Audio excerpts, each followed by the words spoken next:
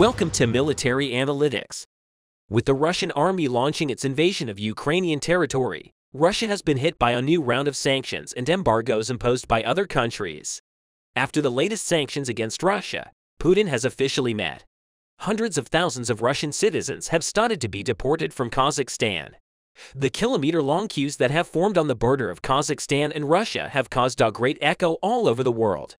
In 1991, Kazakhstan, which declared its independence and decided to leave Soviet Russia, has recently had a very problematic relationship with Russia.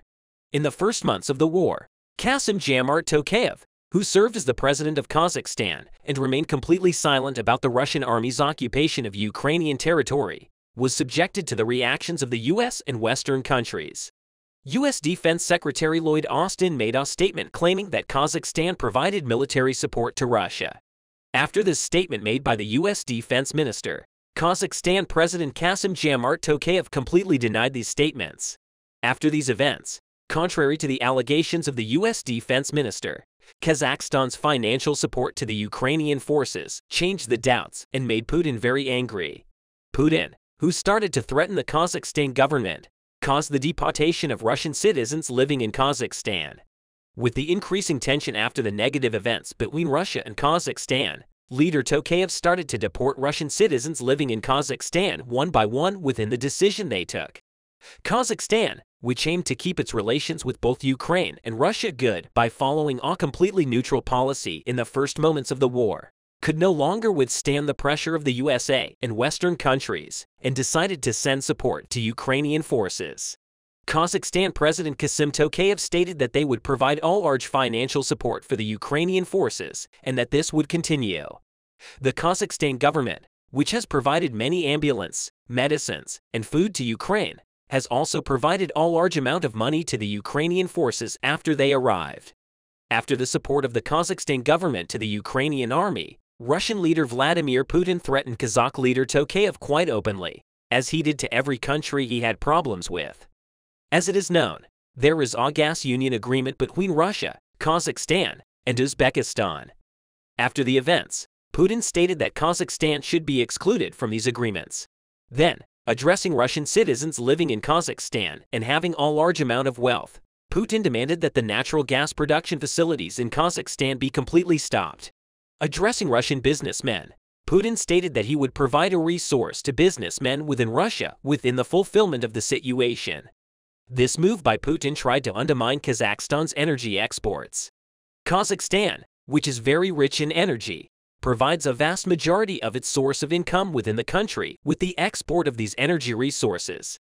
Kazakh leader Tokayev, who did not want to bow to these threats openly expressed by Russian leader Vladimir Putin, made a big move and officially drove Putin crazy. In response to Putin, Tokayev stated that he would initiate a study to deport 100,000 Russian citizens living in Kazakhstan. Tokayev, who activated the security forces of Kazakhstan, started to send notifications one by one to the houses where Russian citizens live. After these tensions between Russia and Kazakhstan, Kazakhstan decided to deport Russian citizens by showing a great reaction to Russian leader Vladimir Putin. And this decision has caused great confusion within Kazakhstan. Tens of thousands of Russian citizens took to the streets in many parts of Kazakhstan to protest against the government after the announcements and the arrival of notifications to their homes. Kazakhstan's interior minister, Kassym, tried to suppress the protests by deploying Kazakhstan's security forces. Russian government officials, on the other hand, did not take a step back after Kazakhstan's statement and opened the border gates with Kazakhstan and called for the return of Russian citizens living in Kazakhstan. Russian citizens who were already aware that they would be deported immediately left Kazakhstan and started to enter Russia. Russian citizens who did not want to leave Kazakhstan started to be deported with the intervention of Kazakhstan security forces. The kilometer-long queue in Malyutka city on the Kazakhstan border with Russia had a great echo on the world agenda. Tens of thousands of Russian citizens are trying to leave Kazakhstan, where they live, and return to Russia. This move by Kazakhstan in response to Russia has caused the Russian Foreign Minister, Sergei Lavrov, to officially go crazy. Foreign Minister Lavrov, who made statements on this issue, ended his speech by promising that citizens returning to Russia will not have any housing problems and that all necessary assistance will be provided to these citizens. After this decision taken by Kazakhstan, Russia's idea of an attack on Kazakhstan has started to be considered worldwide. The Kazakhstan government, which decided to take measures against these possibilities, started to send many military units to the borders of Russia. Kazakh soldiers who were sent to the Russian border with a large number of armored vehicles are trying to ensure border security in the best way by establishing many headquarters in these regions. At the same time, the allegations that Kazakh leader Tokayev wants to meet with U.S. President Joe Biden are spoken all over the world. However, according to expert researchers, Russia currently does not have the power to enter a new war.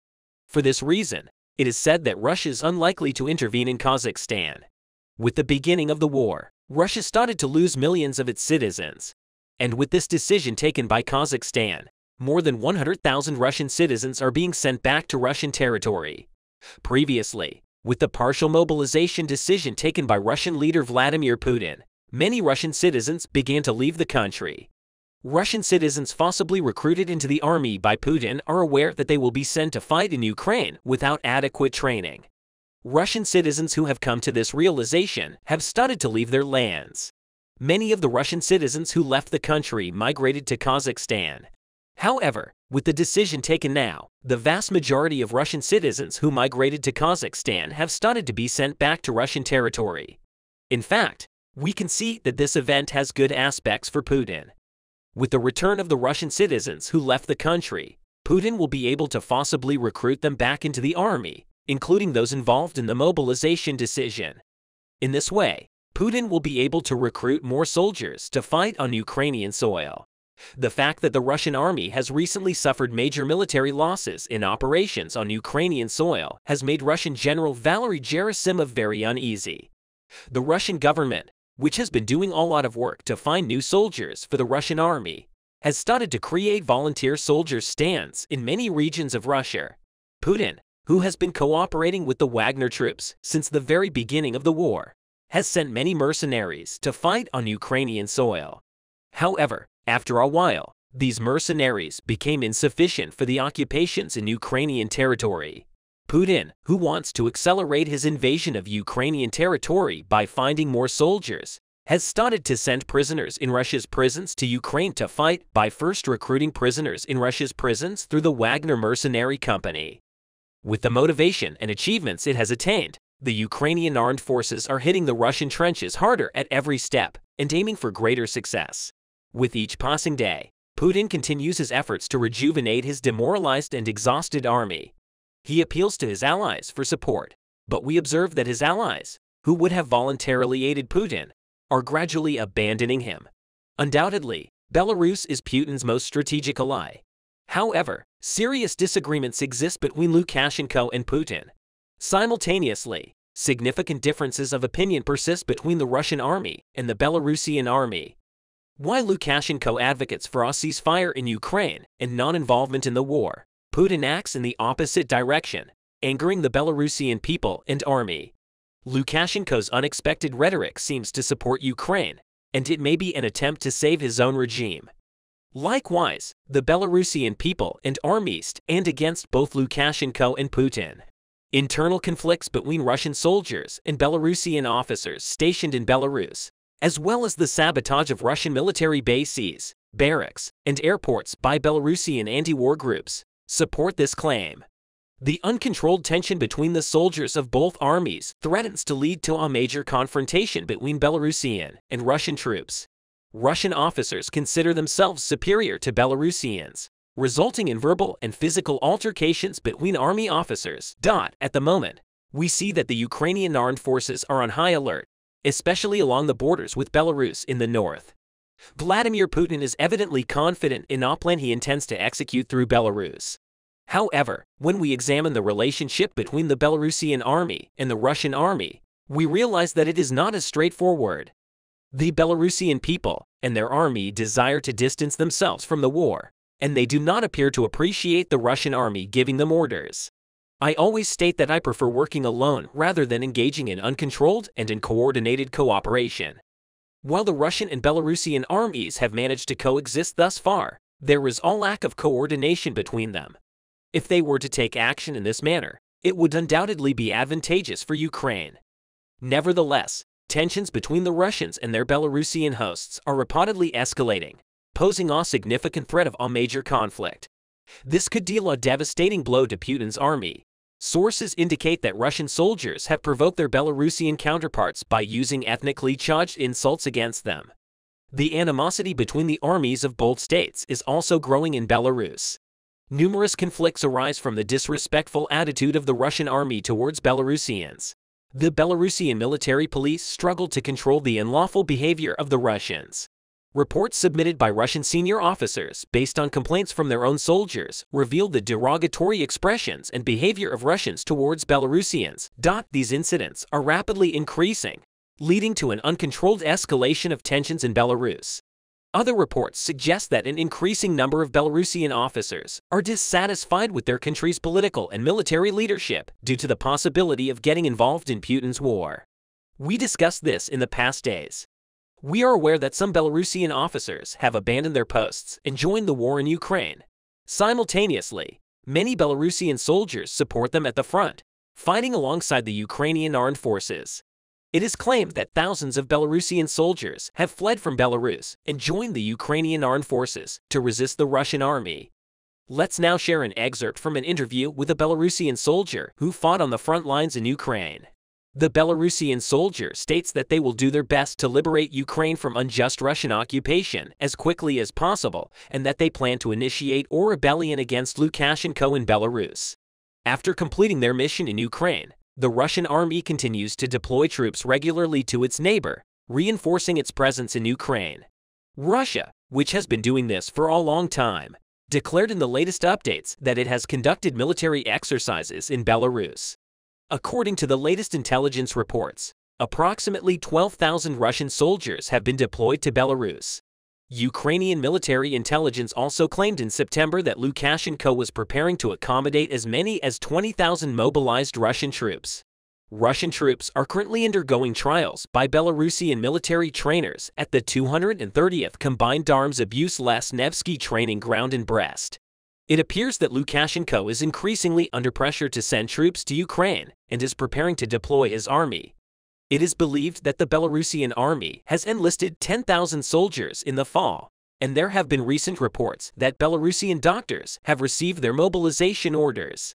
According to the Ukrainian General Staff, the steps taken to prepare for war have caused dissent among parts of Lukashenko's army due to the risk of dragging the republic into the conflict. Dissatisfaction with the activities of the military and political leadership of Belarus is growing among border service soldiers and the armed forces of the country. Lukashenko has faced severe backlash from his own people for his involvement in the war in Ukraine during his last term. It is evident that Putin would have preferred Lukashenko to be more engaged, but it seems unlikely that Lukashenko desires to do so. This would be one of his biggest mistakes, as Lukashenko barely survived the anti-government protests when he assumed leadership of Belarus for the sixth time in 2020. Furthermore, the war is not popular even among pro-Russians. Ultimately, they have no desire to serve as cannon fodder for Putin or Lukashenko, especially at the outset of the war. Initially, 28% of Belarusians supported Russian attacks, but today this figure has dropped to 11%. The Russian army has been periodically launching attacks from the north, i.e., through Belarus, and is attempting to infiltrate. The Kremlin has announced its plan to deploy 1.5 million troops and provide unlimited funding for the war in Ukraine. Under Putin's silent mobilization policy, 147,000 soldiers joined the Russian army. Additionally, thousands of soldiers and ammunition were deployed to Belarus. The Russian army may carry out a sudden operation in Kiev through Belarus to relieve the Eastern Front and replenish its ammunition and troop supply. Out of the newly mobilized soldiers, 12,000 received their initial training in Russian camps in Belarus and are now being prepared for deployment to the Ukrainian fronts. The strategic importance of Belarus, intended for use in another Kiev offensive in 2023, is enormous. However, Putin faces a significant problem that needs resolution. Recent tensions arising from ethnic insults have pushed Russian and Belarusian soldiers to the brink of civil war. Sources indicate that Russian soldiers have provoked their Belarusian counterparts by using ethnically charged insults against them. Belarus played a crucial facilitating role in Russia's offensive against Kiev starting on February 24, 2022. Nevertheless, it is unlikely that the Belarusian and Russian troops conducting these exercises will be able to form offers capable of launching a successful new attack on northern Ukraine. Ukraine inflicted a severe blow on them during the Kiev attack that began on February 24, 2022, and its impact still remains. Belarus was used as a launching pad in Russia's initial offensive. However, the Ukrainian armed forces are now much better prepared. This time, the threat from Belarus could come to an end. The logical invasion routes for Belarus have become mine death traps, and the Ukrainians already have defenses in place, knowing what to expect in future attacks. They are preparing to face another attack in the north with their entire army. Russian troops seem extremely reluctant compared to the highly motivated Ukrainian soldiers. The morale factor is well understood on the battlefield, as it can significantly impact the outcome. Belarusian soldiers are also aware of the crisis situation within the Russian army and believe that Russia no longer has the motivation to win. Considering Russia's history, losing a war comes at the cost of regime change. However, Vladimir Putin has managed to maintain his regime thus far. This is the main reason why Putin has not ended the war, as he has nothing more to lose. Since the Putin regime has failed to renew its forces since the mobilization order in early September, launching a new front prematurely would inevitably result in a retreat.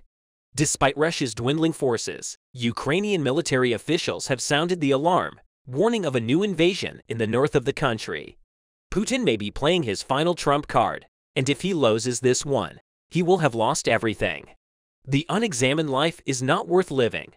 This phrase of Socrates, the key figure in Western philosophy, has been echoing in the minds of Russians for a long time.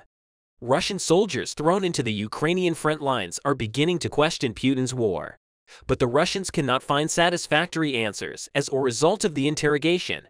As it is known, when Russian leader Vladimir Putin started the Ukraine war, he sent a flock of soldiers to the front lines while the front lines were on fire with fierce struggles. Russian losses reached gigantic proportions in the middle of this flame. The Russian soldiers who had to deal with the increase in casualties, the decrease in ammunition reserves, supply problems, and many other problems had a very difficult time focusing on the war. Most of the soldiers on the front lines lost their lives in the fierce fighting, in addition to the soldiers who lost their lives. Tens of thousands of soldiers were injured in the clashes. Fortunately, the surviving Russian soldiers began to question the purpose of this dramatic picture, realizing the meaninglessness of the war. The Russians embarked on a quest to save themselves from this pathetic scene at the end of the search. The Russian soldiers reached the merciful embrace of Ukraine. Military strategists in Ukraine realized that when fighting against the Russians, the best way to win was not only through force, but also through psychology. Ukrainian authorities launched the I Want to Live hotline to provide step-by-step information on leaving the ranks to Russian soldiers who wanted to surrender. The program, originally run by the Ukrainian police, has an accelerated version that has been run by the military since mid-September. About 3,200 Russian soldiers surrendered to Ukraine last month, according to reports from Ukrainian officials involved in the project. More than 16,000 Russian applicants have surrendered since the start of the project, Vitaly Matvienko, head of the Ukraine hotline, said in a statement. In the statement, the Ukrainian official added that the number of Russian applications increased by 10% from March to April. Analysts report that this trend will likely continue as Russians sent to the front see voluntary surrender as the best option.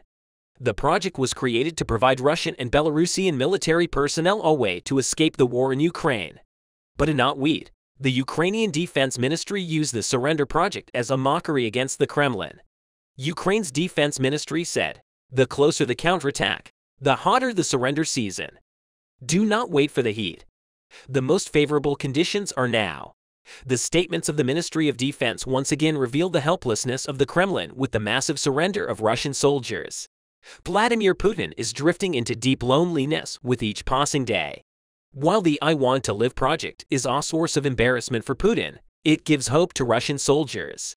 The project offers those who surrender 3 meals a day, health care, and possible contact with relatives. The project also complies with the Geneva Conventions on providing assistance and legal aid through various international organizations. The I Want to Live helpline receives around 80 calls per day. The calls mainly come from Moscow and Leningrad regions, as well as Chelyabinsk, Novgorod, and occupied Donetsk, Luhansk, and Crimea.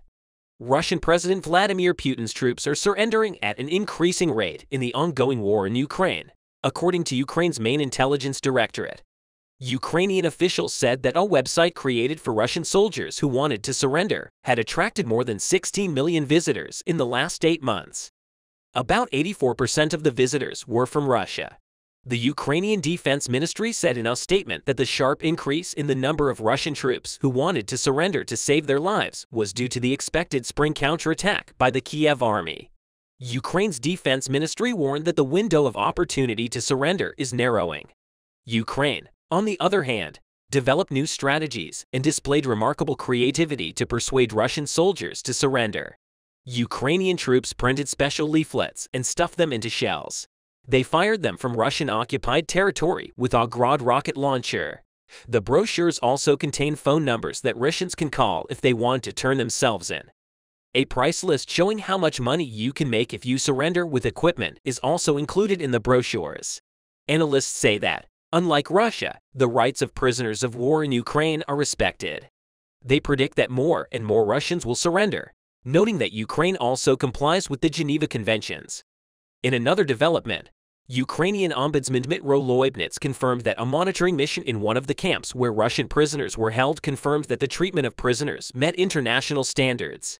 The mission to monitor the camps where Russian prisoners were held was carried out by Loibnitz and his team.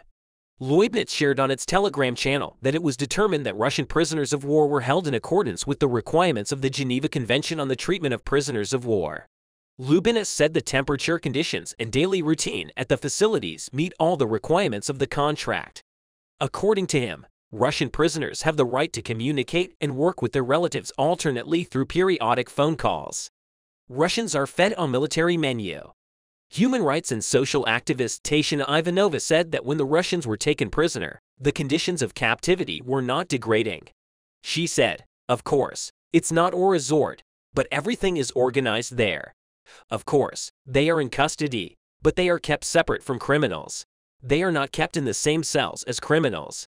According to Ivanova, the surrendered Russian soldiers are ready to work on construction sites in Ukraine and repair what they have destroyed. And some posts swear not to return to Russia after their release because the Russians know what awaits them at home. As a result, the attitude of the Kiev government is quite humane.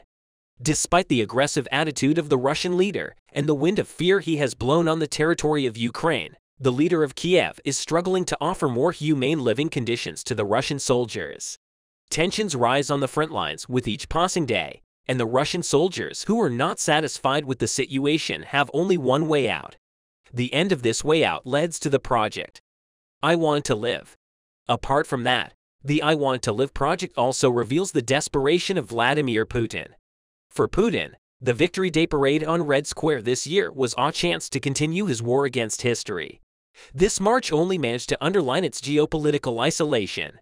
In his speech in front of the assembled troops, Putin drew a direct line between the Ukrainian war and the sacrifices of World War II.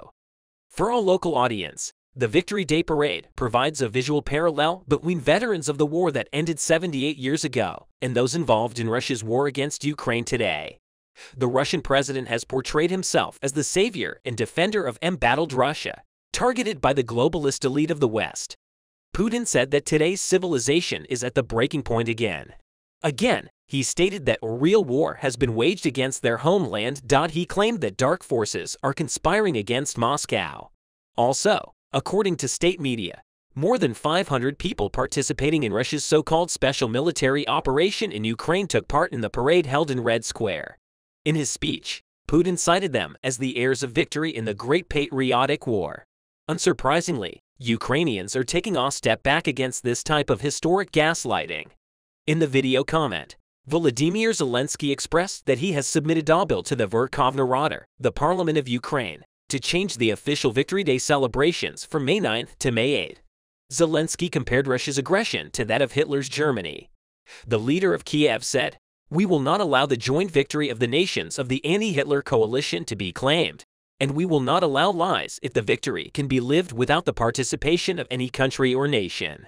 In summary, the successful advance of Ukraine has significantly affected and changed the lives of both Russian soldiers and Vladimir Putin.